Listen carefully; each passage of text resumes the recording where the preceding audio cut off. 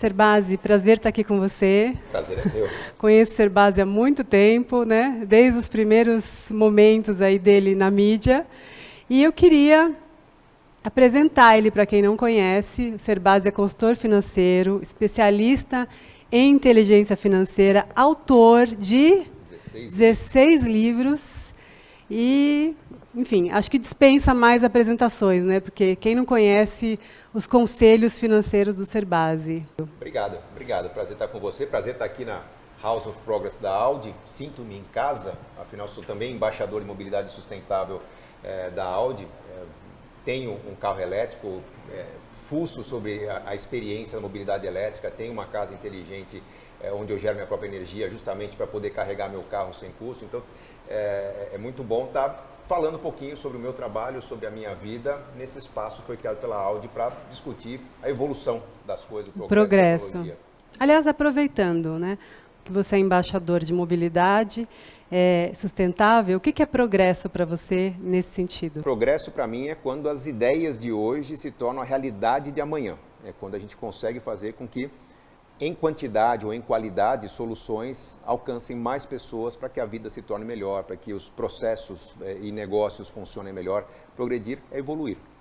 Na vida, progredir é melhorar. A gente pode progredir na carreira, em posições, em renda, progredir na vida em patrimônio, mas pode ser que eu não consiga, por condições econômicas, por causa da situação que o país vive, evoluir continuamente, progredir continuamente. Mas o caminho para o progresso sempre é o conhecimento. Se eu me envolvo para pesquisar o que é melhor para mim, o que está faltando na minha vida, se eu paro, penso, reorganizo, progredir é melhorar minha qualidade de vida, é melhorar a situação da minha família, melhorar o meu dia, meus relacionamentos. Eu posso progredir continuamente, mesmo que eu não esteja progredindo em termos de renda e patrimônio.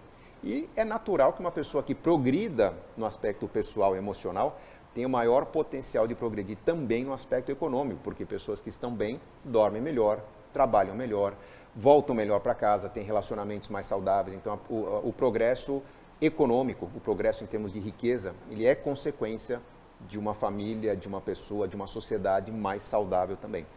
Bom, falando de sociedade mais saudável e falando que você é embaixador, né, de mobilidade sustentável da Audi, queria que você me falasse um pouco para a gente como é que você vê essa evolução, né? Você disse que tem seu carro 100% elétrico, que você gera a sua própria energia para não depender, né, de outras fontes, enfim, no final acaba sendo economia também, né? Sim, vamos lá, a gente está vivendo uma transição de tecnologia, uma transição na forma das pessoas se moverem.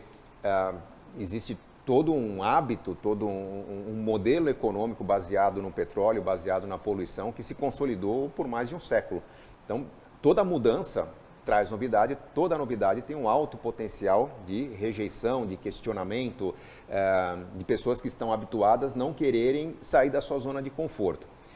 A partir do momento que a gente progride e evolui, principalmente em condições financeiras, a gente pode fazer experiências que a maioria das pessoas não faz. Eu decidi fazer uma experiência num certo momento, pensando que talvez poderia até custar mais caro, então esse meu primeiro impulso foi mais sustentável, ecológico, talvez pensando no movimento de vanguarda para ter algo diferente em casa, algo que fosse mais voltado para não poluir, já que minha casa no interior está numa área de proteção ambiental. Mas depois de uma pesquisa eu percebi que as soluções sustentáveis, elas são também economicamente muito interessantes. Eu instalei energia fotovoltaica na minha casa pensando em ter autossuficiência, pensando em não estar exposto à oscilação do preço da energia.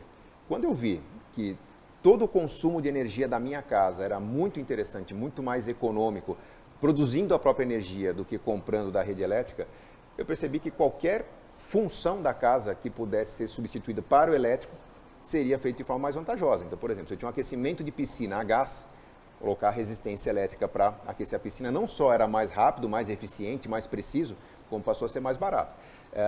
Ar-condicionado na casa, jardins bem iluminados, soluções tecnológicas que consumissem energia, elas deixaram de ser preocupação porque a energia passou a ter custo muito perto de zero para mim. Foi praticamente um passo natural evoluir para o automóvel elétrico. Até antes do automóvel elétrico eu pensei, puxa, minha casa está numa região acidentada.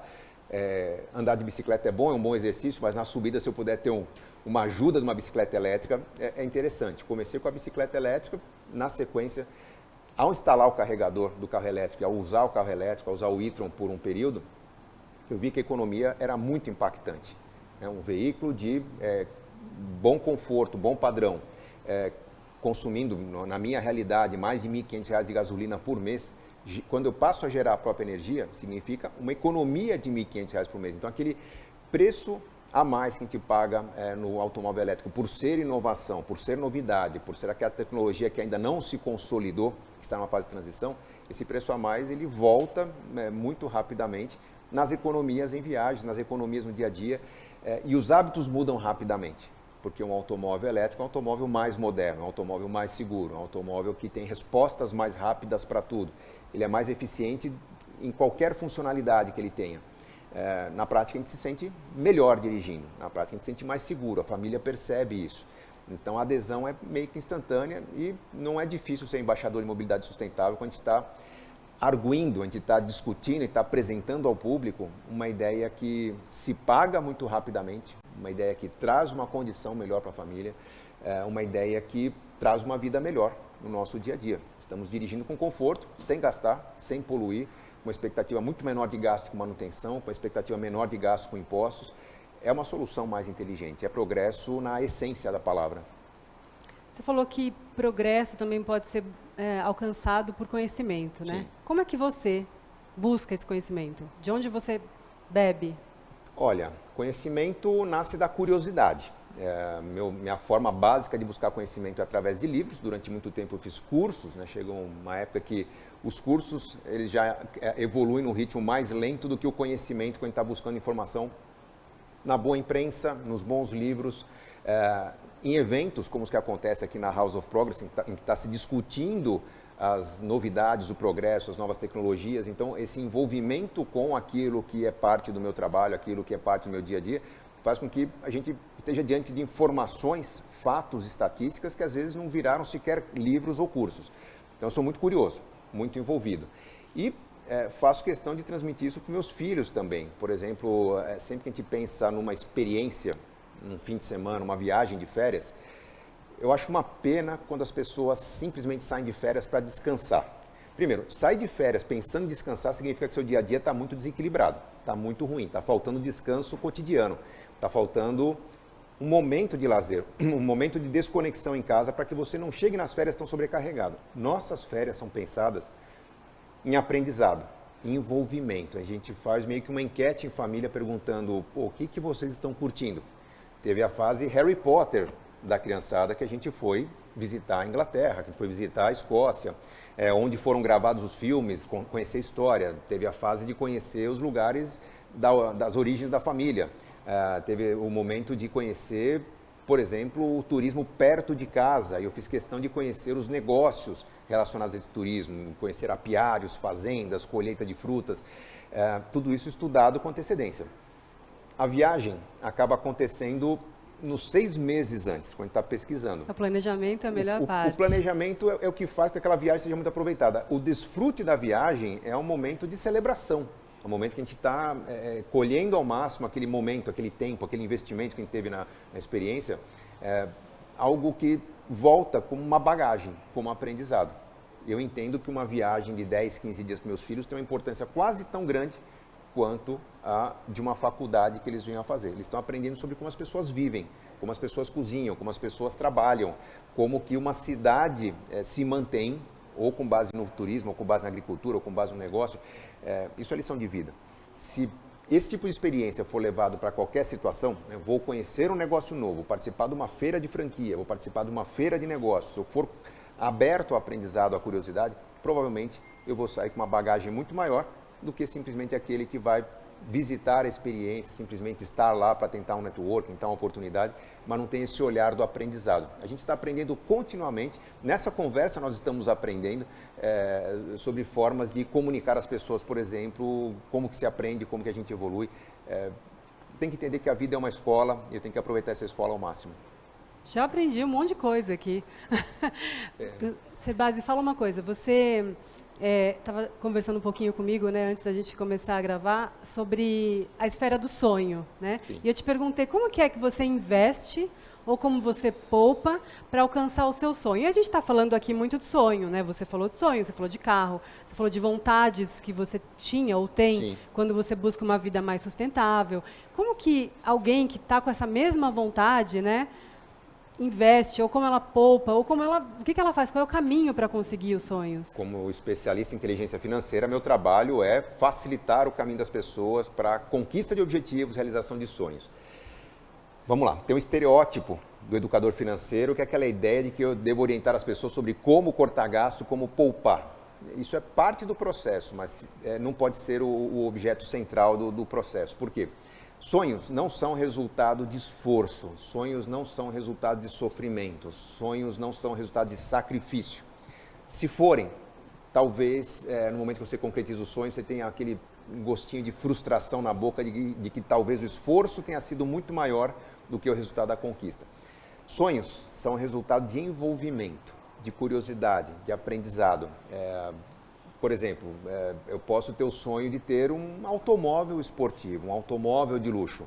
Será que fazer o sacrifício de poupar durante muitos anos, para depois ter o sacrifício de estrangular o meu orçamento para manter um carro na garagem, que talvez eu não consiga aproveitar numa boa viagem, eu tenha dó de colocar numa estrada de terra, será que eu estou realmente aproveitando esse sonho? Talvez não. Por outro lado, se eu gosto de carros, ao sacrificar um pouquinho no começo esse processo de aquisição e entender que eu tenho um meio de transporte no primeiro momento, mas eu vou usar o dinheiro que eu usaria para comprar um carro, talvez de segunda mão, um carro mais velho, mas um carro que me daria problemas, eu vou usar esse dinheiro para experiências automotivas, eu vou a autódromos, eu vou ter experiências como piloto, eu vou fazer curso de pilotagem, eu vou participar de fóruns, grupos que discutem paixão por automóvel. Quanto mais eu me envolvo, mais eu vou encontrar caminhos para participar dessa experiência, desse sonho, sem que ele signifique o estrangulamento do meu orçamento, sem que ele signifique anos e anos de sacrifício. Estou falando de anos e anos de curtição. Hoje eu tenho um bom automóvel, hoje eu tenho um automóvel padrão luxo. Durante muitos anos da minha vida eu pude ter automóveis muito bons, mas eu usava o meu dinheiro para, nas viagens, pagar uma experiência de piloto. Andei em carros de corrida, conheci carros luxuosíssimos, carros que custam uma fortuna, experimentando diferentes qualidades. E por experimentar dezenas de carros, me tornei um fã da Audi. Não é à toa que estreitei minha relação com a marca para depois me tornar embaixador. Mas a partir do momento que eu pude ter o meu carro, eu já era um especialista em carros. Eu não fiz uma má escolha. Então, eu acho que qualquer tipo de sonho, pode ser o sonho de ter uma casa de campo, o sonho de fazer viagem, o sonho de ter uma vida mais próspera, independência financeira, nasce do envolvimento. Quero fazer uma viagem espetacular, essa viagem vai custar muito cara se for resultado de anos e anos de esforço e poupança e depois resultado de meses e meses no vermelho, pagando as contas, tentando equilibrar as finanças. Por outro lado, se eu tenho o hábito de viajar, se eu adoto uma vida mais simples, talvez uma moradia mais simples, porque eu gosto de viajar, então uma casa mais econômica para a cada 3, 4 meses fazer uma pequena viagem, eu me torno um especialista em viagens, um especialista em entender qual que é a hora certa de comprar uma passagem aérea, onde se compra passagens melhores, como que eu uso milhas, como que eu uso fidelidade, como que eu compro em grupo, como que eu lidero grupos para ter a minha aquisição gratuita, enfim, eu vou encontrando formas de realizar meu sonho sem que necessariamente eu use muito dinheiro. Então, o grande segredo para alcançar sonho é envolvimento. Ao se envolver, você encontra caminhos melhores. Super obrigada. Aprendi várias coisas aqui. Obrigada por compartilhar seu conhecimento com a comunidade da Forbes, aqui na casa, no House of Progress da Audi. E é isso. Obrigada, é um prazer conversar com você. Conhecimento é algo que a gente adquire e tem mais valor quando a gente multiplica. É um prazer multiplicar com você e com aqueles que nos acompanham. Oi, eu estou aqui com o Thiago Alves, CEO da Regus e um dos primeiros donos de veículos elétricos do Brasil. Está aqui com a gente na House of Progress e vai falar um pouquinho sobre sustentabilidade, mobilidade e inovação. Vamos lá? Bora. Tudo bom, Thiago? Bem-vindo. Muito bom, prazer estar aqui hoje, né? Falar de um tema que é tão interessante e tão moderno. Bom, queria que você, como número 33, né, proprietário número 33 de carro elétrico no Brasil, por que você fez essa escolha lá em 2015, quando se falava pouco, muita gente tinha medo ainda de, enfim, comprar um carro elétrico, eu nem tinha acesso, né? Era muito diferente a situação. Por que você fez essa escolha lá atrás? Olha, eu sempre fui early adopter de novas tecnologias, né? Então, assim, sempre quando saía algum gadget, alguma coisa nova, câmera, eu sempre comprei antecipadamente. E eu sempre fui muito fã e entusiasta, assim, com toda a tecnologia automobilística. E eu lembro que quando se falava dos primeiros carros elétricos, não era uma realidade no Brasil ainda. Muita gente ainda estava buscando entender quanto tempo duraria a bateria, né? Como que seria para carregar. E eu acho que eu fui um entusiasta um pouco na frente das pessoas. Fui lá e comprei um carro na pré-reserva, sem saber se esse carro funcionaria no Brasil ainda direito. E acho que para minha surpresa, uma surpresa positiva de todo mundo ao meu redor, assim, me ajudou a desbravar muito do que é a tecnologia dos carros elétricos e entender que sim, é um super potencial para o mercado brasileiro. É lógico, né? Que eu passei por todos os perrengues possíveis de um dono de carro elétrico em 2015 no, começo, no Brasil, né? No começo, onde a gente tirava o carro da concessionária e não tinha onde carregar na rua, você era obrigado a carregar só em casa, ou mesmo para descobrir como é que funcionava, né? Assim, essa questão toda em torno da eletrificação. Eu brinco muito assim, porque a gente fala de veículo elétrico hoje em dia, mas tem os híbridos, né? A gente tem aí veículos que são movidos de maneira mista e tudo mais. Só que quando a gente fala de eletrificação e tudo mais, a gente está falando de uma mudança de comportamento, uma mudança de mindset. E eu acho que essa mudança veio para mim antes. Então, lá em 2015, quando o mosquitinho da eletrificação me mordeu, veio essa mudança de mindset. Eu pensei, olha, eu posso ser sustentável, eu posso ter uma mobilidade sustentável, na verdade, no meu CPF. Né? E eu fazia tantas ações de sustentabilidade no CNPJ da empresa, né? A gente falando de como reciclar, de como economizar energia, e eu pensei, nossa, mas eu ainda poluo o meio ambiente no CPF. Será que se eu fizer essa migração e eu der esse exemplo aqui no pessoa física, não vai funcionar bem? E olha só, funcionou bem, não volto atrás, né? Veículo elétrico é um caminho sem volta. Eu brinco assim que nunca uma pessoa que optou pela eletrificação volta atrás para andar a motores a combustão. Ela pode até ter um segundo carro, ou um carro esportivo, digamos, alguma coisa assim, né? Não que a eletrificação não seja esportiva, porque também é, mas ela não volta atrás na mobilidade do dia a dia. Então eu percebi isso, né? Já estou no 3º modelo elétrico, hoje a bordo do Audi e-tron, né? Carro de mobilidade sustentável premium, né? Com toda a tecnologia que o carro tem, conforto, segurança, mas cada vez mais influenciando as pessoas para que mudem a maneira de pensar com relação à sua mobilidade pessoal. Sim, você falou que no começo era muito difícil, então você enfrentou mais pela vontade da novidade, né? Exato. E depois, bom, peraí, mas eu também posso ser sustentável na vida, não é só novidade, né? Não é só ser early adopter, é também ser um cara que está, enfim, preocupado com o meio ambiente e tal, né? Assim, como que você tenta disseminar isso nas outras esferas da sua vida? Olha, eu tenho um papel muito interessante, até no meu papel executivo, digamos assim, porque eu estou inserido na nova economia compartilhada, economia criativa. Então, quando a gente está falando de nova economia, não tem como a gente falar de uma economia que ainda polui o meio ambiente, ou de uma economia que não é diversa e inclusiva. Então, eu tenho alguns pilares ao qual eu estou sempre preso a esses pilares, que é trazer, né, impacto positivo para o meio ambiente, diversidade e inclusão e gerar comunidade. Né, e gerar esse senso de comunidade. Na hora que eu pego a eletrificação dos veículos, eu consigo conectar bem com esses 3 pilares. Vou te explicar rapidamente.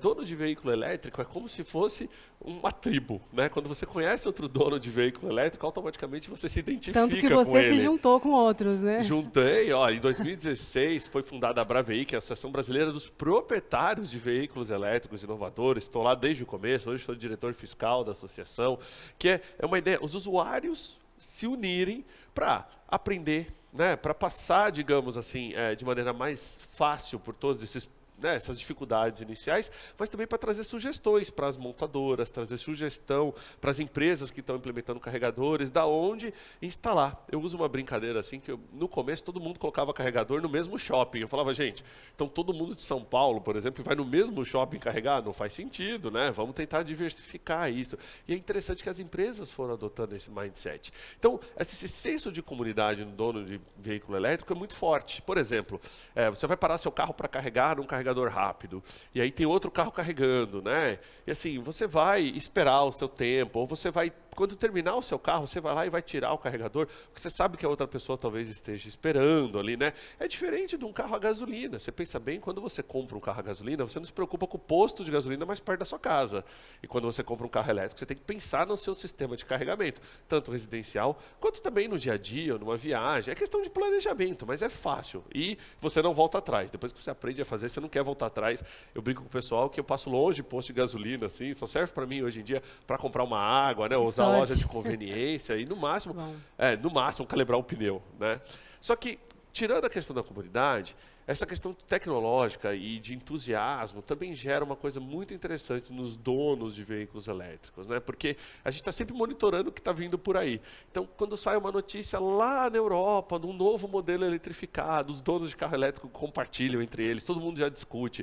A gente entra em contato com a assessoria de imprensa, muitas vezes dessas marcas, faz test drive, faz recomendações para a marca de como lançar e tudo. Isso é muito interessante, né? Então, a gente acaba trazendo esse viés. E aí, nos outros dois vieses, que é essa questão de você ter a mobilidade sustentável, né? Você não está poluindo o meio ambiente, é uma obrigação, né? Se a gente pensar bem, a gente acabou, não passamos ainda, não terminou, né? Mas uma pandemia onde o ser humano está no centro da crise, e se a gente vai sair dessa pandemia, vai sair mais forte, o ser humano vai continuar no centro de tudo que a gente vai fazer. E não tem como a gente falar de legado, de propósito, sem colocar o meio ambiente, né, nessa equação. Então, andar de carro elétrico hoje, eu acho que é o mínimo que eu posso fazer como executivo para poluir menos. Né? Talvez ter uma matriz energética mais limpa na sua casa pode ser o segundo passo. Talvez o terceiro passo são todas as ações que você pode fazer de reciclagem e tudo mais. Mas cada vez mais a gente vai caminhar para esse mindset. Então, o meio ambiente é um desses pilares. E quando eu falo de diversidade e inclusão, uma coisa que eu trago bastante, assim, o pessoal fala assim, mas por que é tão inclusivo a gente falar de mobilidade sustentável? Né? Porque é para todo mundo. Né? A gente está falando muitas vezes hoje de frotas de ônibus que são eletrificadas, né, e que já poluem menos. A gente está falando de transportes públicos, né, como o metrô, por exemplo, das grandes capitais, que já são eletrificados. A gente está falando de mobilidade pessoal, de micromobilidade. Lembra quando a cidade foi inundada por patinetes e bicicletas elétricas e tudo? E isso facilitou com que pessoas que talvez nunca pensaram em ter um carro, da noite para o dia estão ali andando num patinete. Ou, por exemplo, né, esses dias, que foi um exemplo bem legal que eu vi, assim, de uma amiga, né, que é cadeirante, e ela tem como se fosse uma micromobilidade elétrica. Ela encaixa a cadeira dela numa mini motinho e ela sai com a cadeira. Então, isso traz inclusão. As tecnologias, né, e o que a gente está discutindo de eletrificação, ela traz inclusão para a sociedade. Então, é importante, esses 3 pilares da nova economia conectam diretamente com carros elétricos. Bacana, eu queria ir agora um pouco para o seu lado de executivo, e, enfim, empreendedor e tudo mais. Eu queria que você me falasse como que você busca, ou se você busca, essa preocupação de diversidade, inclusão, quando você, por exemplo, vai contratar alguém, ou vai escolher alguém para ser promovido na empresa. Como que você vê isso na carreira de uma pessoa, pensando aí um pouco nos nossos leitores que querem, enfim, estar crescendo na carreira e acho que a sua empresa é uma referência. Com certeza. Bom, estou à frente da Regus Spaces, né, no Brasil, que é uma empresa de coworking. Os coworkings já são diversos e inclusivos por natureza, né? Ambientes compartilhados, que servem para todo tipo de empresa, automaticamente você tem um público bem diverso lá dentro. Mas eu acho que diversidade e inclusão, na minha cabeça, cada vez mais, tem que estar sentado na mesa do CEO, na mesa do executivo, do presidente da empresa e não no RH. Eu acho que essa é a primeira mudança de mindset, né? Não é responsabilidade dos recursos humanos com que a empresa seja, né, mais diversa. Ao contrário, os executivos têm que ter isso como principal pauta. Porque quando a mudança não vem de cima, a gente não consegue fazer com que a cultura absorva. Aí a gente sabe que uma cultura que não absorve, ela não muda, né? Então, começa com esse primeiro passo. Hoje eu sou, digamos assim, eu tenho bastante um impacto muito positivo nesse sistema. Primeiro porque a gente tem uma empresa que vive o protagonismo feminino todos os dias. Mais de 80% dos nossos colaboradores são mulheres. Olha que interessantíssimo. 60% em cargo de gestão. Então, a gente é super referência. Mas isso não quer dizer que a gente parou por aí. A gente falou, não, a gente tem que aumentar a nossa equidade racial na empresa. Né? Eu acho que, assim como todas as empresas no Brasil, a gente teve um alerta no ano passado que a gente precisava cada vez mais, né, mudar isso. Então, a gente faz com que as contratações novas sejam justas, a gente incentiva treinamento, porque uma coisa que eu penso muito, o público da Forbes com certeza vai se identificar com isso, que assim, se eu for pensar no modelo de acesso à educação hoje, as condições não são iguais, né? Então as pessoas não têm a mesma capacidade de chegar no mesmo nível de estudo. Então não adianta eu querer contratar igual, não adianta eu querer selecionar, não, eu fiz um processo seletivo aberto e eu escolhi aquele que tinha melhor competência. Mas será que as pessoas que não tiveram o mesmo acesso conseguem chegar nesse processo seletivo? Mesmo sendo tão competentes quanto. Exato. Né? Então o que a gente fez? A partir de agora deixou de ser sobre competência, a gente quer conhecer a pessoa. Né? Eu sou um pouco contra aquele processo de contratação que o pessoal chama, né, de às cegas, né, onde você não vê a pessoa, não ouve, etc. E tal, porque eu acho que aquilo ali continua fortalecendo o sistema que a gente tinha de desigualdade. Por quê? Porque as melhores pessoas vão ser a que têm a melhor retórica, foram as que tiveram melhor acesso à educação. As pessoas que vão fazer uma melhor prova são as que tiveram melhor acesso à educação. Então, com isso, a gente não muda. Como que a gente muda? Exatamente colocando na responsabilidade no gestor, no contratante, de que ele tem que pensar com cabeça de diversidade. Então, a minha equipe, por exemplo, quando vai contratar, ela tem que pensar e falar o seguinte, eu tenho aqui um quadro de candidatos diversos, sim ou não? Não tenho. Volta e fala, eu quero mais candidatos. Esse aqui não tem as qualificações necessárias, eu consigo treinar dentro de casa? Consigo, então essa é a minha opção. Eu não consigo treinar dentro de casa, eu consigo treinar fora, pagar para treinar? Então essa é a minha opção. Porque aí sim eu consigo mudar a base, aí sim a gente consegue fazer a diferença. Veja só, eu não tenho um número muito grande de funcionários, né? A gente tem algo em torno de 300 funcionários diretos no Brasil. Só que eu sou responsável pela vida de 38 mil empresas que vivem dentro dos nossos ambientes de coworking e que tem a gente como referência. Então se ele chega lá na recepção e vê que a nossa recepção não tem a diversidade, não tem a inclusão, como é que eu posso querer que os meus clientes também sejam diversos e inclusivos? Né? Então começa por aí. Né? Então acho que cada um fazendo um pouquinho, mas fazendo um pouquinho direito, né? Não aquela diversidade e inclusão de palco, onde ninguém vê, aquela que efetivamente você consegue ver na ponta, a gente talvez tenha um mundo melhor amanhã. Bom, você falou da contratação de mulheres, né? Que você tem 80% do quadro mulheres e na chefia vai para 60%, que é acima da média do Brasil. Né? Como é que você fez para chegar nesse patamar? E o que você acha que tem de vantagem para o dia a dia, para estratégia, enfim? Olha, a gente vive o protagonismo feminino no dia a dia, né? Então, assim, quando eu cheguei na empresa, esse número ainda era um pouco mais baixo, a gente tinha algo em torno aí de 40% em cargos de gestão, 50% a empresa como um todo mulheres, então a gente foi subindo. É uma característica do negócio também, né? Mas é algo muito interessante, porque a gente viu que, a partir do momento que eu conseguia desenvolver lideranças femininas dentro da empresa, isso atraía mais mulheres para trabalhar ali também, né? Pô, eu quero trabalhar nessa empresa, que é referência. A gente foi referência, por exemplo, inclusive até na própria Forbes, né? Nas empresas que mais empregavam mulheres no Brasil e tudo mais. E eu acho que isso acabou gerando no mercado um buzz, né? Um barulho, assim, de que, olha, essa é uma empresa que foca no protagonismo feminino. E aí foi natural, a gente acabou atraindo, né? Mais mulheres para trabalhar. E eu pensei bem, acho que foi em 2018, se eu não me engano, 18 ou 19, onde a gente falou, cara, tudo bem, mas eu estou treinando a minha mão de obra e estou investindo em capacitação da mesma forma que eu faria se eu tivesse 50% de homens. Será que isso está certo? Aí a gente falou, não. Se eu tenho um público tão feminino, eu preciso pensar diferente. Aí a gente foi e fez uma aliança com uma escola que chamava Programa Elas, a primeira escola de liderança feminina no Brasil, para treinar as nossas colaboradoras todas com esse enfoque feminino. Porque se eu tenho essa característica que já é tão diversa, mas que não está padronizada no mercado, eu também não posso contratar o mesmo treinamento padronizado no mercado. Aí uma coisa foi puxando a outra, e a gente chegou num momento igual a gente tem hoje, assim, que a gente é benchmark nesse setor. Basicamente, eu estou sempre participando de fóruns, de discussões. E sabe o que é muito interessante? A gente teve o primeiro coworking feminino no Brasil, foi até numa época operado pela querida Fabiana Scaranz, também, que está aqui no Forbes Mulher de vez em quando. E ali no coworking feminino, eu sempre fiz questão de participar. E o pessoal sempre me perguntava, Thiago, mas o coworking feminino, né, os homens participam? Eu falei, gente, se a gente não trouxer o homem para a discussão, como é que eu quero mudar a cabeça do mundo? Eu preciso participar os homens dessa discussão. Isso acontece de maneira natural hoje em dia, né? Tanto nos nossos fóruns internos, quanto nos fóruns externos relacionados ao tema. E você falou em liderança feminina, em treinamento especial para uma liderança feminina. O que essa liderança feminina traz para a tua empresa? No que isso é diferente do que seria, não sei se a gente pode usar esse termo, mas uma liderança masculina, vamos dizer assim? Olha, a mulher é muito mais atenciosa a detalhes, né, do que os homens. E o que acontece? O coworking, como é? É um business onde você faz tudo ao mesmo tempo. É impressionante como a mulher tem muito mais, né, essa multidisciplinaridade de lidar com vários temas ao mesmo tempo do que o homem. E a gente começou a fazer comparações que em cargos de gerência, em cargos de supervisão, de que as nossas colaboradoras iam muito melhor em todos os indicadores-chave de performance. Põe 100%, então. E aí a gente começou a olhar e falar assim, cara, será que é só isso? Ou é o treinamento? Não é uma resposta fácil, sim. Tá? Vou te falar. E tem que ter a mistura também, né? Exato. Eu quero um ambiente diverso, né? Eu não posso nem ir muito para um lado, nem muito para o outro. Mas é interessante. E é uma característica do negócio, assim como é uma característica da rede hoteleira, por exemplo, né? Tem, ou das aerolinhas e tudo mais. Sim.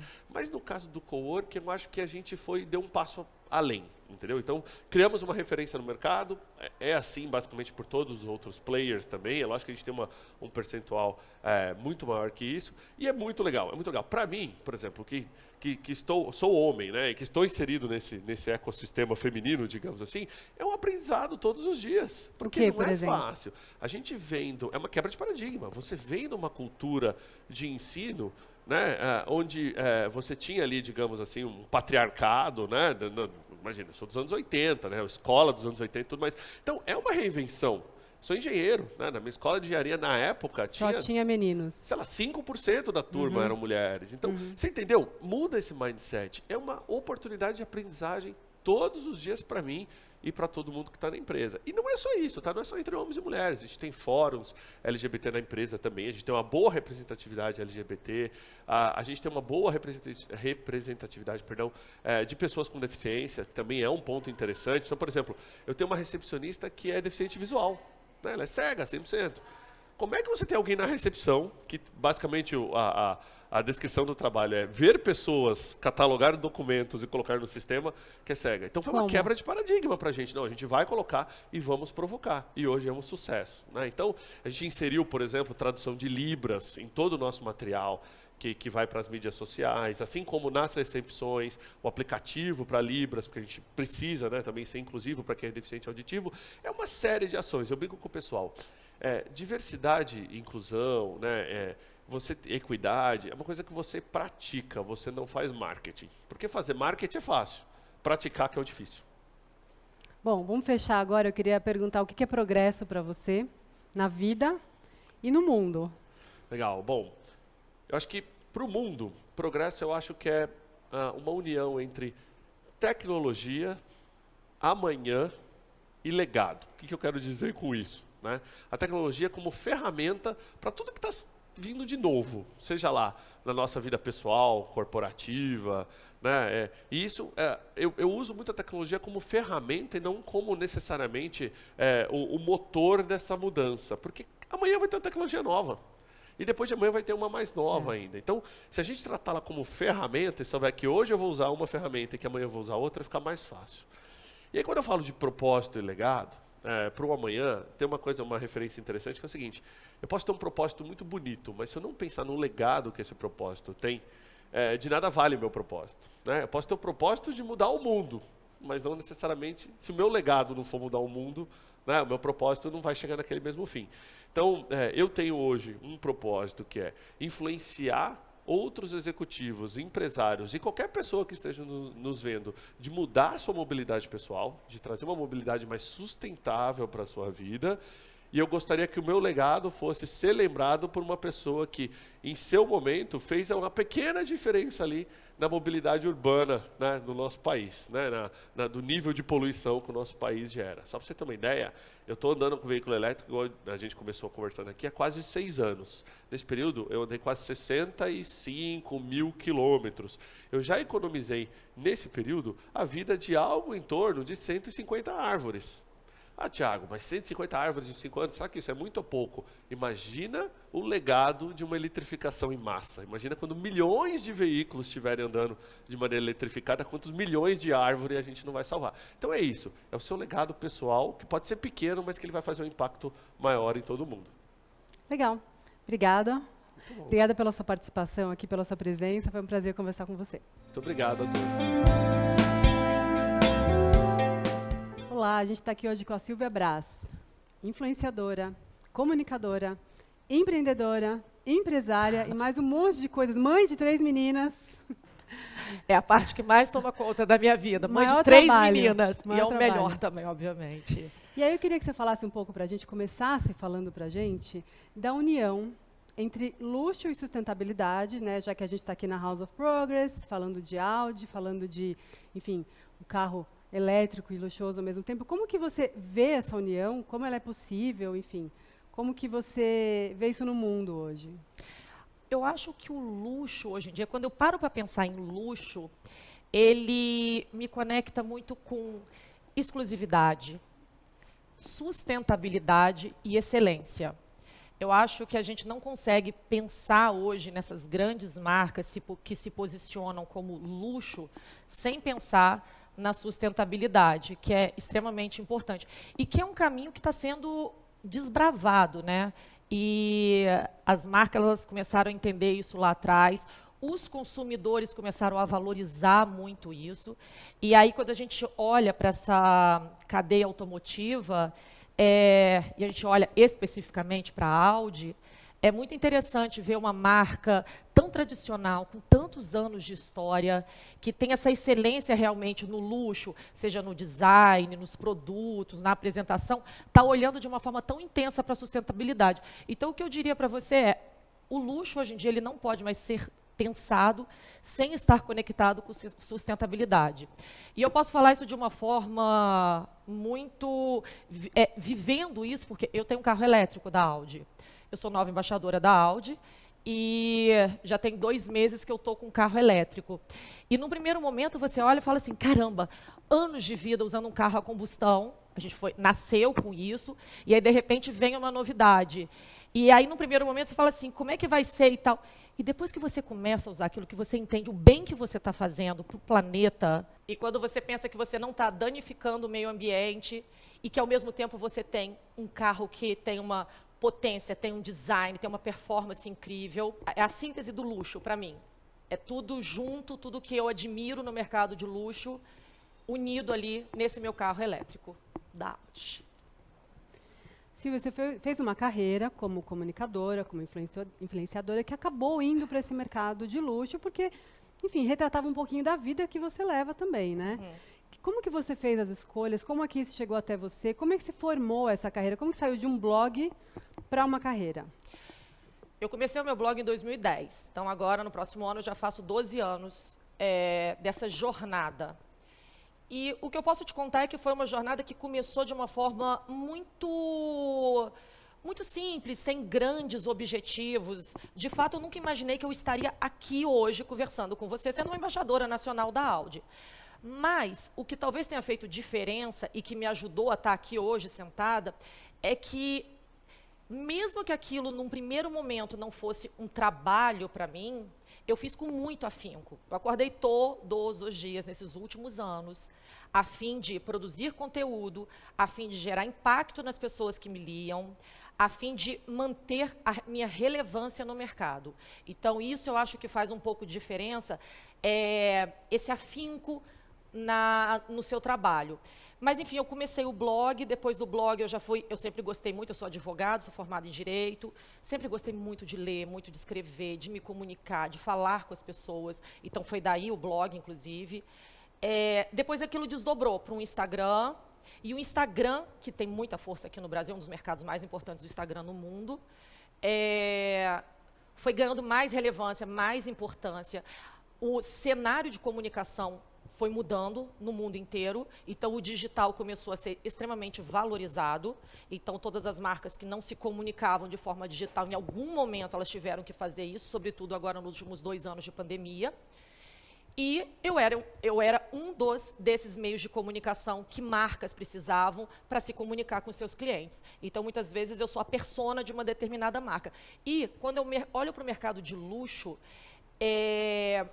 eu sou, sim, uma pessoa que sou uma consumidora de determinadas marcas de luxo, mas o que foi o mais importante para mim é que eu soube comunicar essa área para as pessoas. Porque às vezes você pode viver esse luxo, mas você não consegue comunicar de uma forma muito clara.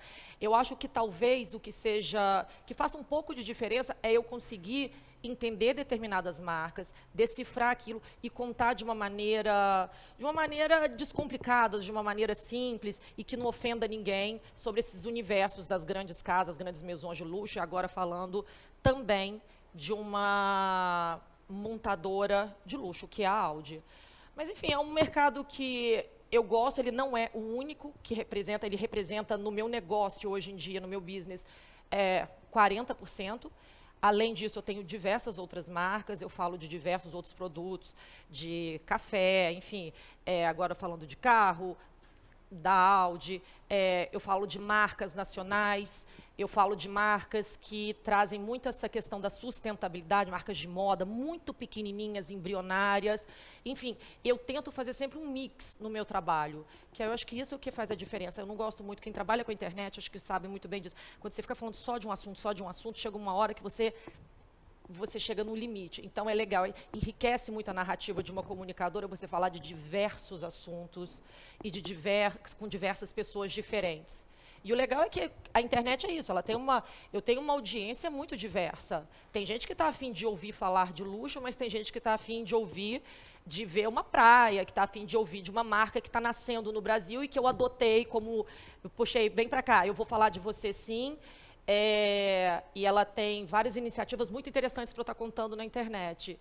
O legal é isso, de trabalhar no digital. Você tem uma vasta audiência que está a fim de te ouvir. Bom, você falou que adora comunicar, que, enfim, desde o começo você gostava de falar.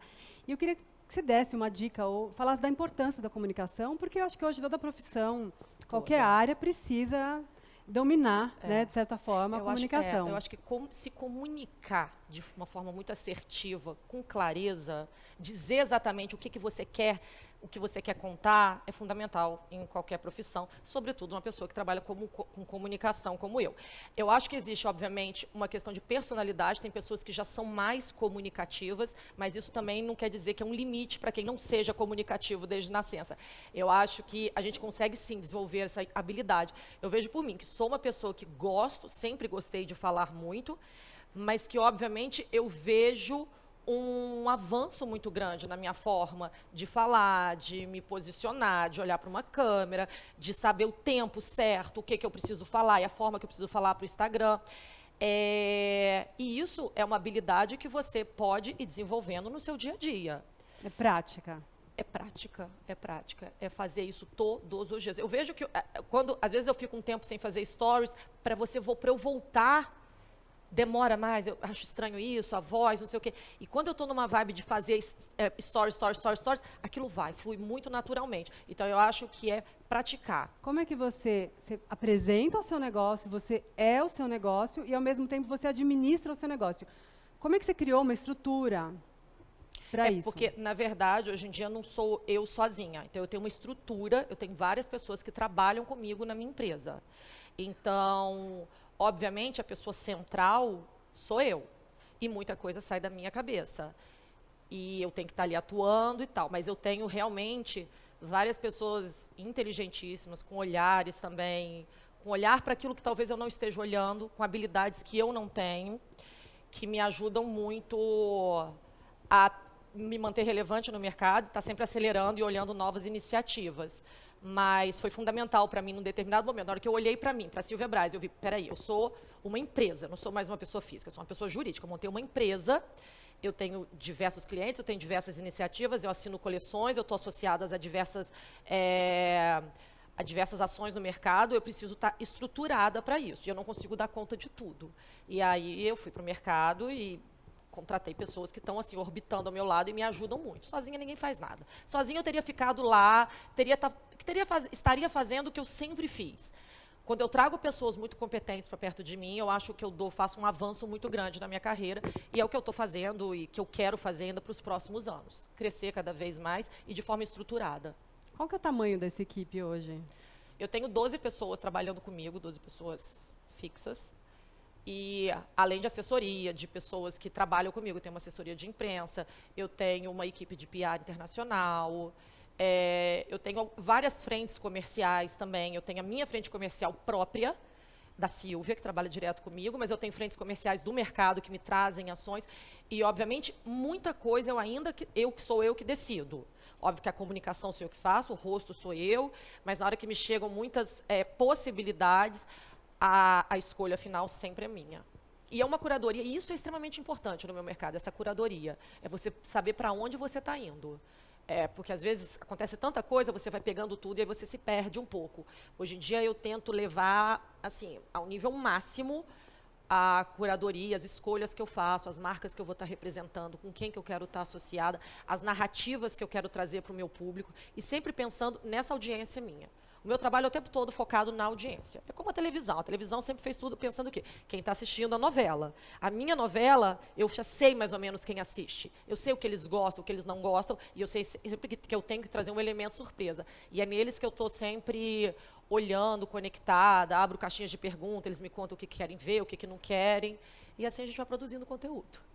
Você falou da caixinha de pergunta. Quais são as suas ferramentas para entender essa audiência, o teu público? Que eu acho que serviria para qualquer empreendedor, né? Como que você conhece o teu público? Na verdade, eu tenho empresas especializadas que, às vezes, eu contrato, algumas pesquisas de mercado, que eu acho bem interessante, mas nada como feeling nosso. Quem está ali o tempo todo sou eu. Falando, rindo, às vezes triste, às vezes muito feliz, contando as minhas conquistas, contando as minhas derrotas. E as pessoas que me seguem, eu tenho uma audiência que é muito engajada, eu tenho um engajamento muito alto. E esse engajamento muito alto me ajuda com as respostas deles a entender o que eu estou fazendo. Mas eu tenho essas ferramentas que o próprio Instagram te possibilita, te oferece, elas já são maravilhosas, mas eu acho que também tem empresas especializadas no mercado quando você quer fazer algo maior, que você quer empreender para outras áreas, você pode recorrer a elas. Mas, fundamentalmente, quem trabalha na internet, ali no Instagram, com comunicação, olhar com atenção para as pessoas que estão te assistindo. Aí eles te respondem o tempo todo para onde você deve ir. E uma curiosidade de como você divide tua vida, porque tua vida está o tempo inteiro, né, nas redes, tua casa, tuas filhas, tua cachorrinha, enfim, o tempo inteiro está ali, mas você deve ter seus momentos de se recolher. Não, dá a impressão que não, dá a impressão que você está ali o tempo todo. E é legal, é bacana quando você me fala isso, e outras pessoas às vezes me trazem também essa perspectiva em relação ao meu trabalho. Mas a verdade é que não é isso. Não é. Eu mostro ali nas redes sociais, vamos lá, 30% do meu dia. Não sei, eu faço 20 stories de 15 segundos. Eu não sei 20 vezes 15 quanto é que dá exatamente, mas é uma fração pequena do meu dia. O que eu mostro nas redes sociais é o que eu acho que seja relevante para as pessoas que me seguem. E sim, em muitos momentos eu abro um pouco da minha vida, e é isso que me trouxe até aqui, é isso que me conecta com as pessoas, mas sempre com um olhar assim, o tempo todo eu quero trazer um pouco de alegria para as pessoas, eu quero trazer um pouco, incentivar as outras pessoas, outras mulheres. Eu sou uma mulher que começou lá, que eu comecei com 30 anos, e hoje em dia, assim, ainda 30 anos, nossa, com 20 anos, 18 anos você já está na faculdade, com 20 e pouco você já formou, 30 anos você já tem que estar no mercado do trabalho bombando. Comigo não foi assim. E eu gosto de que elas vejam isso e se inspirem um pouco na minha história, que você pode se reinventar ao longo da vida. Você não precisa se encontrar aos 20 anos, que aos 30 anos você pode começar um trabalho, um negócio, e ele dá muito certo. E aos 40 anos você pode tomar outras decisões na sua vida que vão te levar para outros caminhos lá na frente. Então, quando eu posto isso, é muito nesse sentido, de mostrar um pouco da minha história, mostrar o que eu tenho feito, o que tem dado certo, algumas coisas também dão erradas, e às vezes eu conto, mas o tempo todo eu gosto de trazer alegria nas redes sociais. Eu não consumo perfis que às vezes são mais depressivos, tristes e tal. Eu acho que a vida hoje em dia está muito dura, é muito difícil para todo mundo, para todo mundo. Todo mundo está enfrentando problemas que a gente nem imagina que estejam enfrentando. Então, na hora que eu entro ali, numa rede social, eu quero me contaminar com alegria. E é o que eu gostaria que as pessoas também se sentissem ao me ver, que elas sentissem alegria. Como se fosse um refúgio, assim, um alívio. Exatamente, exatamente. É isso que eu gostaria. eu poderia usar um pouco da minha vida para fazer um drama. Se eu quisesse alavancar mais a minha carreira, eu poderia contar alguns dramas da minha vida, assim, mas que eu não acho que vão fazer diferença na vida de ninguém. Então, eu prefiro guardar isso para mim e contar um pouco das coisas boas da vida. Obrigada por estar aqui com a gente. Foi um prazer Obrigada. conversar com você. Prazer é meu. Estou muito, muito feliz de estar aqui na House of Progress, junto com a Forbes, contando um pouco da minha vida. Obrigada. Eu estou aqui com Alex Atala, chefe super premiado, dispensa muitas apresentações, então eu vou deixar para ele falar sobre comida, inovação, criatividade e, enfim, tudo mais que envolve o teu trabalho. Bom, então eu queria falar sobre inovação, exatamente começando sobre como que você buscou, porque você mudou muito, né, a cara acho que, da culinária, do que era visto como uma culinária, uma boa comida, um bom prato. Você começou a trazer ingredientes brasileiros que ninguém usava, um formato que ninguém usava. Eu estou encantada, assim. Que bacana. E eu queria que você contasse, porque acho que muita gente vê isso também, né? Eu acho que inovação é a criatividade com utilidade. Vou explicar isso melhor. Criativo não é fazer o que ninguém faz. Criativo é fazer o que todo mundo faz de um jeito que ninguém espera. Utilidade é pegar o produto desta criatividade e conseguir colocar, de fato, no mercado. Vou usar um exemplo. Vamos falar de fax. Fax era espetacular. Você enfiava uma folha aqui, podia ser em qualquer lugar do mundo. Milagre. Hoje ninguém tem mais fax. Todo mundo tem celular. Celular é uma ideia antiga. O Batman já tinha um telefone celular. A utilidade do celular confere isso, confere a inovação, mesmo que não seja uma ideia nova, a utilidade garante vida longa e a inovação na sua essência. O fax, como eu disse, pode ser espetacular, mas ele foi um flash num momento da história. Parou de fazer sentido, né? Exatamente. Dentro da cozinha, eu acreditei e investi na minha carreira muito exatamente nisso. A cozinha brasileira não é nova.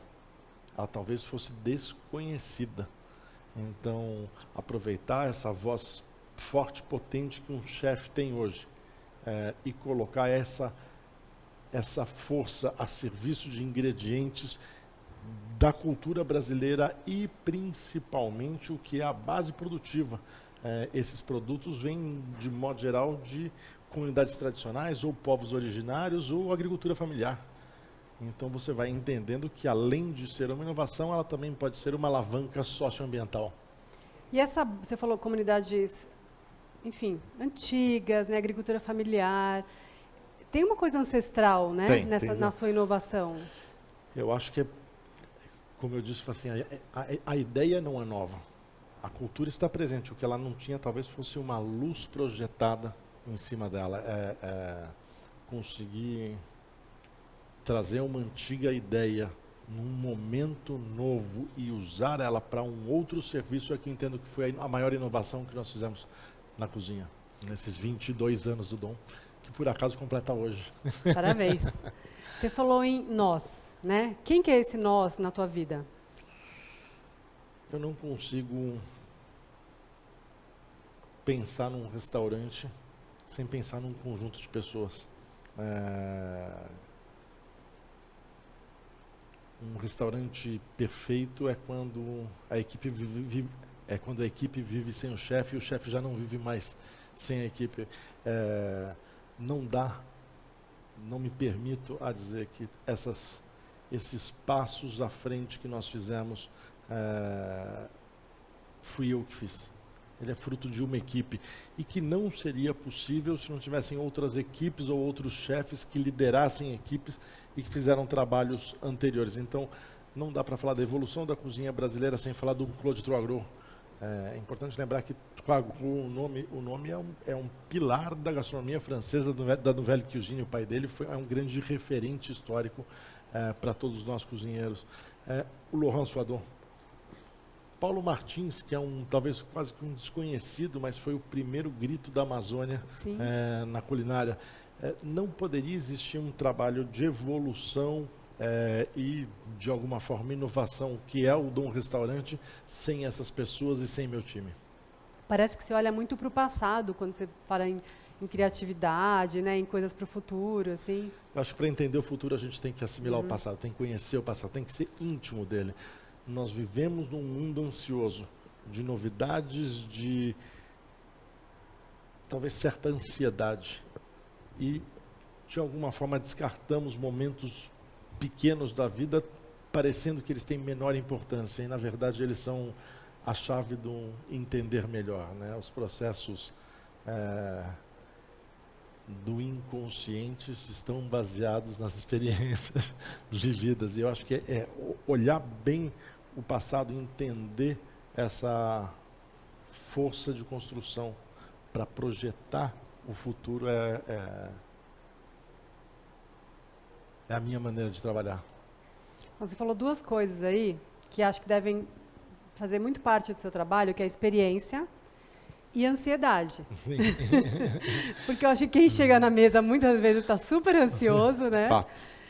Na cozinha também deve acontecer essa ansiedade, porque tem que estar tudo ali, nada pode ser. Você não tem uma segunda chance, o prato vai estar ali pronto, né? E ao mesmo tempo tem que ser a experiência, porque muitas vezes a pessoa está se dando aquele momento de sentar ali, né? Hoje, muitas vezes você não tem uma hora e meia para almoçar, ou mesmo um investimento que é um restaurante, né, como o seu. Então, muitas vezes é um presente que a pessoa se dá. Então envolve tudo isso, envolve experiência, envolve ansiedade, expectativa. Como lidar com tudo isso? Bom, vamos lá. No dia a dia da cozinha, a gente tem que desdizer uma coisa que ensinaram para a gente a vida inteira, que a pressa é inimiga da perfeição. Não. Isso pode ser verdade no mundo inteiro, menos dentro de uma cozinha. Você tem que ser ágil, você tem que ser rápido, você tem que ser preciso, porque você tem um comensal do outro lado que está ansioso por comer, que é uma atividade vital. É natural que ali ou exista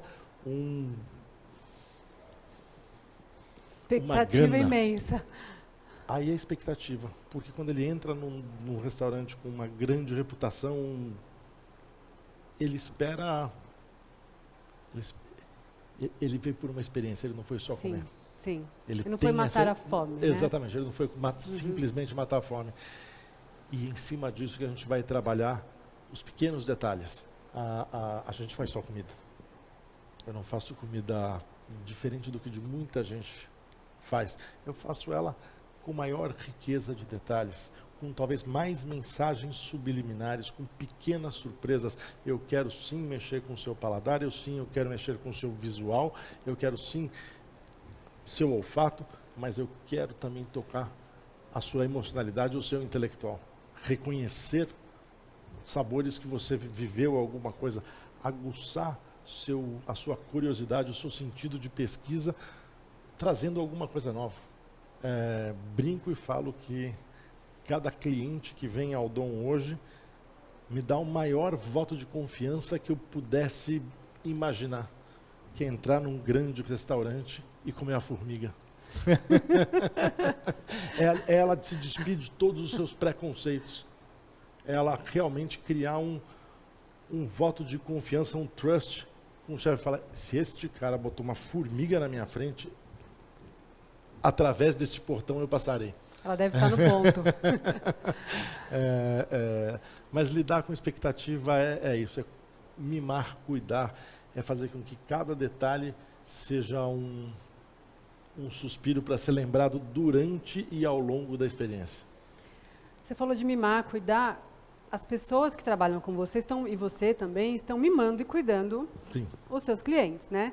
Como é que você faz para que essas pessoas consigam mimar e cuidar dos clientes? Assim, qual é o caminho para isso? Eu brinco, esses dias falei isso, durante muitos anos, e fui treinado para cuidar bem do ingrediente, para cuidar bem das pessoas que vinham ao restaurante. Nos últimos anos eu entendi que foi um processo quase que espontâneo na minha carreira, ou na minha profissão, no meu momento, de cuidar mais das pessoas que trabalham comigo, para que nós juntos cuidássemos melhor do ingrediente as pessoas que estão à frente ou atrás do ingrediente. À frente, lógico, comensal. Sim. Atrás, os nossos fornecedores. Produtores. Para fazer uma comida deliciosa, eu preciso de um ingrediente maravilhoso. E eu não vou conseguir um ingrediente maravilhoso se aquele produtor não estiver feliz, satisfeito, bem remunerado, valorizado. E de preferência num ambiente melhor, né? Com um meio ambiente garantido. Quanto que você investe nesse cuidado com a produção, assim? Porque imagino que há 20 anos atrás você teve que fazer isso muito intensamente, né? A gente não tinha uma cultura de produtores, tal, que você acha que ajudou a criar. Como que você faz? Hoje, quanto que isso é parte do seu trabalho? Como hoje, além dos restaurantes, nós temos um instituto, o Instituto ATA. A força do ATA hoje é estruturar cadeias. Então, a gente tem trabalhos com os índios Yanomamis, produzindo cogumelos, ou colhendo, melhor, cogumelos que dentro da cultura Yanomami já existiam e nós não sabíamos que eles comiam. Começamos a trazer a São Paulo e conseguimos um momento inesperado, que foi uma empresa como a Mãe Terra lançar um arroz com cogumelos Yanomamis. Por que é tão disruptiva essa ação? Porque uma empresa com essa magnitude, com esta potência, está acostumada a olhar para o fornecedor e falar assim: nós queremos X quilos, X toneladas do produto, se vira e produz. Quando eles fazem, no primeiro contato, eu olhei para a cara deles e falei assim: não é assim que funciona. Nós não estamos transformando índios em produtores de cogumelos. Nós estamos transformando em Yanomamis mais fortes e orgulhosos de serem Yanomami. E eles não vão servir a nós. Nós serviremos a ele. E tá seria uma inversão total isso, né? Essa maior inversão que eu tenho, talvez desses últimos anos, conseguir realmente fazer uma grande empresa, pensar na cadeia, a favor da cadeia e não exigir da cadeia. Dessa forma, o ATA cresceu muito durante a pandemia. Eu achei que ele ia murchar, ao contrário. Não. Ele ganhou potencialidade, ele ganhou mais investimento, ele ganhou melhor estrutura. Hoje a gente tem os projetos, a gente acabou de conseguir mudar uma legislação no estado de São Paulo sobre produtos de origem animal.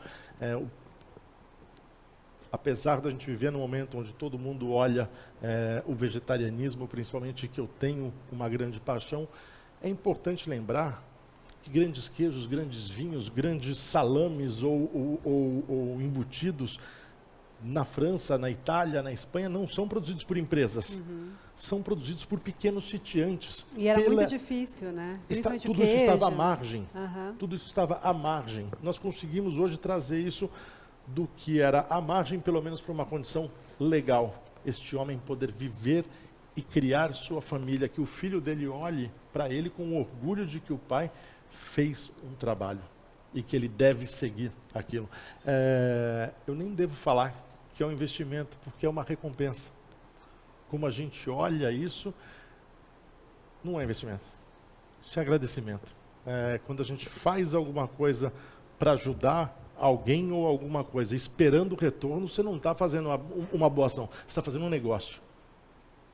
O que nós fazemos é tentar efetivamente fazer com que essas pessoas ou populações ou povos tradicionais tenham, da sua forma, autonomia. Não sejam pedintes, não sejam, não esperem dos outros.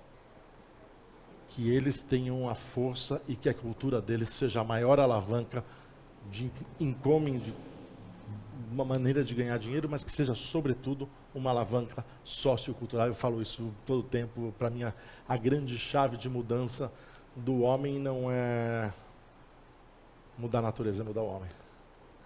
Isso teve um retorno para você, né? Em forma de reputação, de produção, da qualidade do seu trabalho também, né? Sem dúvida nenhuma que isso... Essa mudança de mentalidade, que acho que influencia, enfim, as comunidades que estão em torno de você, acaba... Eu fico feliz de poder falar que a gente conseguiu mudar essa chavezinha lá fora do Brasil também, né? Eu sou de uma geração de chefes vamos dizer que menos ortodoxa. Os chefes que antecederam a minha geração eram muito ortodoxos. Nós somos a primeira geração com tatuagem, a trabalhar de tênis, a ter um outro diálogo, a trazer a comida, a não ter mais a obrigatoriedade de cristais e talheres de prata. Não que isso desapareceu das mesas, mas não era mais, deixava de ser obrigatório. Comer com as mãos podia ser uma liberdade divertida. Então, quando a gente entrou com essa isso não fui só eu, isso foi uma geração de chefes no mundo, René Redzepi, David Chang, Andoni, o próprio Ferran Adrià, conseguimos trazer uma modernidade, uma jovialidade à cozinha. A gente também começou a trazer novos conceitos de uma cozinha mais humana, porque a cozinha era muito militar. Nas gerações, nós fomos educados dentro de bases militares, mas a gente não queria repetir isso para as próximas gerações. Acho que não conseguimos 100%, mas está melhorando. Uma cozinha mais solidária, uma cozinha que pensasse não só em quem consome, mas efetivamente em quem produz. Uma cozinha com um cunho ambiental, porque é natural que as pessoas gostem de dinheiro, trabalhem por dinheiro, mas talvez as pessoas deem um sobrevalor ao dinheiro. Vou te dar um exemplo: ninguém joga fora uma moeda. Você vai viajar para fora do Brasil, você nunca mais vai voltar para aquele lugar. Aquela moeda não vale nada, mas nós, o ser humano, não consegue jogar fora uma moeda. Se joga uma moeda, é numa fonte para fazer um desejo, para ganhar mais dinheiro. Essa é a nossa relação com o dinheiro. Eu falei isso por quê? Porque a gente ainda joga fora comida, que vale mais do que aquela moeda que você não joga. Tem uma relação de valor que ainda precisa ser invertida e que eu espero conseguir inspirar as novas gerações a não jogar comida fora. E moedinha, que sejam somente moedas, que não tenham sobrevalor. Bom, já que a gente está aqui na House of Progress da Audi, a gente vai perguntar para o Atala o que é progresso para você. E o que é progresso, como que você encara progresso na tua vida, no teu dia a dia? Vamos lá. Acho que progresso é ter a capacidade de tirar do mundo ideal e trazer para o mundo real. Nesses anos, acho que eu sou o mais antigo embaixador Audi, 8 anos trabalhando com eles. Falar de carros elétricos não parecia realidade, hoje é. Nos próximos anos vai virar fato. Essa é a capacidade, sim, de progresso. Sonhar, imaginar e realizar. Eu acho que nesse ponto a Audi faz um caminho incrível em trazer para São Paulo não híbridos, mas elétricos. Na sua verdade, na sua essência, no seu progresso original. E me fala um pouco do progresso para você, no teu coração. Na tua trajetória, o que é progresso? Progresso é poder ficar mais velho. É verdade, eu tenho 53 anos, e essa é uma idade que você olha para dentro de você e começa a se questionar algumas coisas. E uma das primeiras coisas que é natural, você fala assim, eu quero ficar jovem de novo. E eu parei, pensei e descobri que eu não quero ficar jovem, não quero ter 30 anos se eu não tivesse a mentalidade, eu não me arrependo de nada que eu fiz com 30 anos de idade, mas eu não quero voltar a 30 anos sem essa experiência, sem essa segurança, sem essa força que eu acredito que eu tenho hoje. E quando eu olho para frente, eu tenho mais 30 anos. Então o progresso para mim hoje é colocar desafios não de um homem de 50 anos, e sim desafios de um menino de 30 anos, de um jovem de 30 anos, no corpo e com a cabeça de um homem de 50. Este é o progresso que eu sonho, este é o que eu quero para mim. Esse é o mundo ideal, né? O corpinho dos 30 com a cabeça dos 50. Bom, Atala, super obrigada pelo seu tempo. Foi um prazer conversar com você.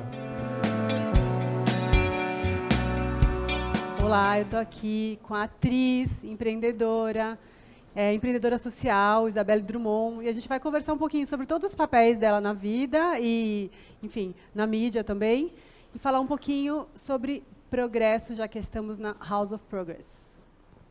Tudo bom, Isso Isabelle? aí. Olá. Bem-vinda. Tudo bem, gente? Obrigada. Estou super animada de estar aqui, falar de Mulheres Audi, que é uma coisa, para mim, extremamente progressista, né? E nova, porque é o início da Audi, né? Falando de mulheres. Eu fui a primeira embaixadora de Audi, então é uma coisa realmente muito nova e muito especial. É algo que a gente vem desenvolvendo, então eu acho que não tem nada mais assim a ver com progresso para mim do que esse projeto Mulheres Audi, que começou sendo Mulher Audi e agora ampliou para mulheres, para falar de diversidade, para falar, né, de vários estilos de mulheres diferentes e dessa inclusão, dessa equidade, união mesmo entre homens e mulheres dentro da empresa. Como que você vê a importância dessa equidade no teu trabalho, no teu dia a dia? Olha, eu acho que assim, se a gente falar de unidade, a gente fala de força. E eu acho que para ter progresso tem que ter força. Então, eu acho que essa discussão, claro que a gente está falando de um setor, né, o automobilismo é um setor que ele é muito masculino, já originalmente falando. Assim como a sociedade como um todo, né? A gente tem naturalmente um machismo estrutural. E quando eu falo machismo, eu não estou falando no sentido pejorativo da coisa, ruim apenas, mas de uma questão de como é que eu posso falar? Uma maioridade masculina. Isso é natural. É um ambiente dominado pelos homens tradicionalmente, né? Tradicionalmente. A sociedade tem uma liderança, vamos dizer, masculina. Não porque as mulheres não têm como liderar, mas porque isso aconteceu socialmente, né, na história da humanidade, naturalmente, talvez pela força física, né?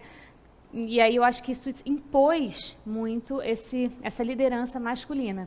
E as mulheres acabaram ficando um pouco de lado em termos de liderança. Mas, por exemplo, no meu meio, a gente tem mulheres fortíssimas, inclusive, né? Mas, ainda assim, as mulheres demoraram mais a liderar, por exemplo, a ser diretoras, a ser escritoras. Então, Equidade salarial. Equidade salarial. Apesar de que hoje eu ainda acho que a coisa já está muito mais flexível nesse sentido, porque as mulheres se destacaram por causa da capacidade. Então, eu acho que Mulher Audi, esse projeto que a gente está falando, né, das mulheres Audi, fala muito disso. Não é só de uma independência, mas de uma capacidade, de um potencial que existe na mulher. E como a gente pode usar isso mesmo para o progresso, porque eu acho que isso é bom para todo mundo. É bom para os homens, porque você traz um olhar novo, você traz um olhar fresco, né? Não só aquela coisa já tradicional, aquela coisa já que está todo mundo acostumado a fazer, porque o olhar é sempre de um ponto de vista. Então, quando a mulher entra, eu acho que amplia o olhar e eu acho que isso tem tudo a ver com o progresso. Falando de progresso de novo, você começou muito cedo a trabalhar, né? E hoje você já tem uma carreira de 20 anos. Como é que... Fazer 22 esse Pois ano. é. Imagina uma pessoa da tua idade a ter essa carreira. O que você aprendeu, que você hoje coloca na tua vida de empresária, de empreendedora social? O que você aprendeu, né, desde da sua infância que você traz hoje para a tua vida profissional, tua trajetória profissional? Eu acho que, naturalmente, né, eu amadureci áreas que a maioria das mulheres, e até mesmo homens que não trabalham na sua adolescência, na sua infância ou na sua juventude, porque às vezes você demora tanto tempo estudando, até você começar a exercer uma profissão, já é tipo 30 anos de idade. Então, eu acho que eu já aprendi na prática coisas que às vezes o pessoal na minha idade teria teoricamente falando. Então, dia a dia de trabalho, rotina, disciplina, responsabilidade, uma independência, não no sentido que eu estou falando rebelde, mas no sentido de que a gente estava falando de potência, de capacidade. Eu gosto de falar isso porque isso não é uma questão de idealismo, mas é uma questão de fatos mesmo, né? Por exemplo, com 18 anos eu comecei a dirigir para o meu trabalho, sozinha. Então, você falava, uma mulher saindo de madrugada, às vezes, de gravação, mas isso não é... Porque, às vezes, tem um tabu mesmo, tipo, é perigoso, né? E eu acho que por exemplo, para mim, isso sempre foi muito natural. Com, sei lá, 15 anos, eu já ia para o Projac sozinha, como motorista. Mas, assim, eu ia, porque eu já estava muito acostumada com aquele ambiente, eu entendia coisas que, às vezes, as pessoas adultas que estavam entrando ali, naquele momento, não entendiam. Então, eu já tinha um entendimento do ambiente de trabalho muito grande. Fora de vários aspectos, né? Na escola, eu já tinha uma outra mente. Mas eu acho que isso faz parte da minha personalidade, mas também agregou o fato de que eu trabalho desde cedo. Então, muita coisa já era muito real para mim, o mundo já era muito real. Maturidade veio muito cedo. Eu acredito que sim, sabe? Por causa da responsabilidade. Eu já tinha uma cabeça muito curiosa, então eu olhava as coisas, já queria entender as coisas. Eu tinha um espírito de liderança também com as outras crianças. Eu era muito disruptiva, essa palavra, né? Eu não sabia nem que palavra era essa na minha infância, mas eu acho que eu tinha essa característica mesmo. A minha avó brincava que na infância, no quintal, tinha tipo uma pontezinha lá no quintal da minha casa. E a minha irmã era mais velha que eu. E ela achava aquilo ali muito grande. E eu, tipo assim, engatinhando, passei a pontezinha. Então, eu acho que isso tem a ver com uma tendência minha já de querer o avanço, né? Algo novo. Então, eu acho que juntou o fato de que eu tinha essa curiosidade de entender o mundo lá fora, de aprender coisas novas, e também as possibilidades que eu tive a partir do meu trabalho, né? E, então, você falou um pouco de avanço, né? Eu queria que você contasse um pouquinho de como que você divide isso que você recebeu na tua carreira e conquistou na tua ONG, no teu lado de empreendedora social.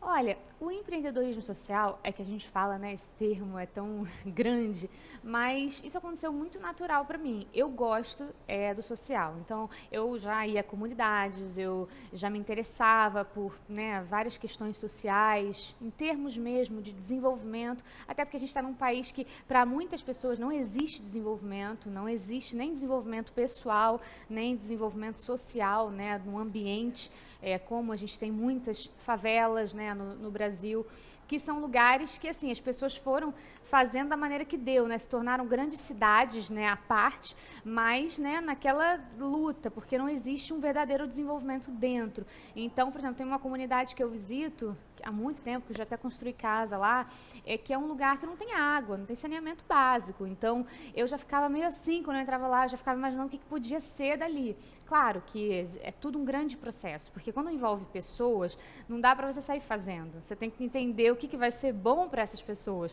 Até porque, dependendo do lugar que se você coloca alguma coisa, daqui a um tempinho ela já está destruída. Então, você tem que trabalhar junto com as pessoas. Então, é algo a longo prazo. Por isso que a gente, às vezes, entra com projeto, a gente pega projetos que já existem e a gente tenta fazer uma ponte dentro da ONG para fazer ele acontecer, né, numa coisa sustentável.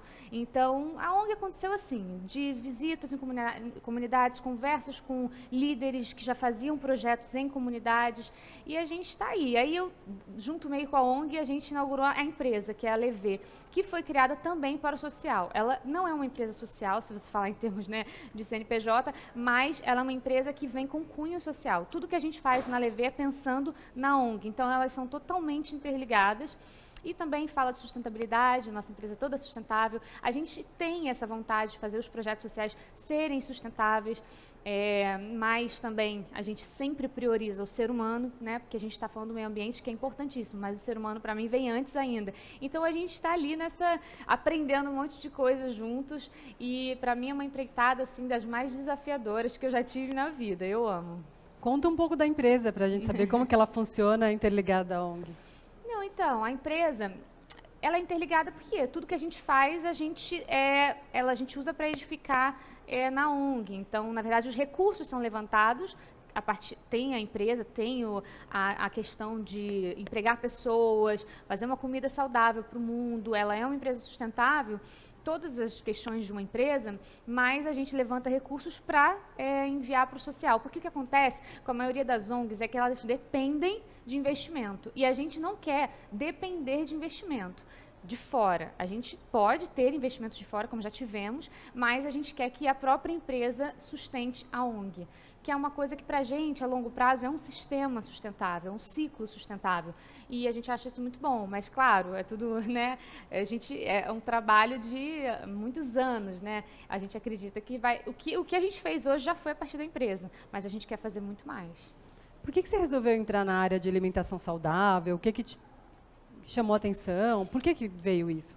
Cara, isso foi uma inspiração que aconteceu muito assim entre a minha sócia, né, e eu, porque a gente achava que era difícil uma comida saudável que acompanhasse a nossa rotina.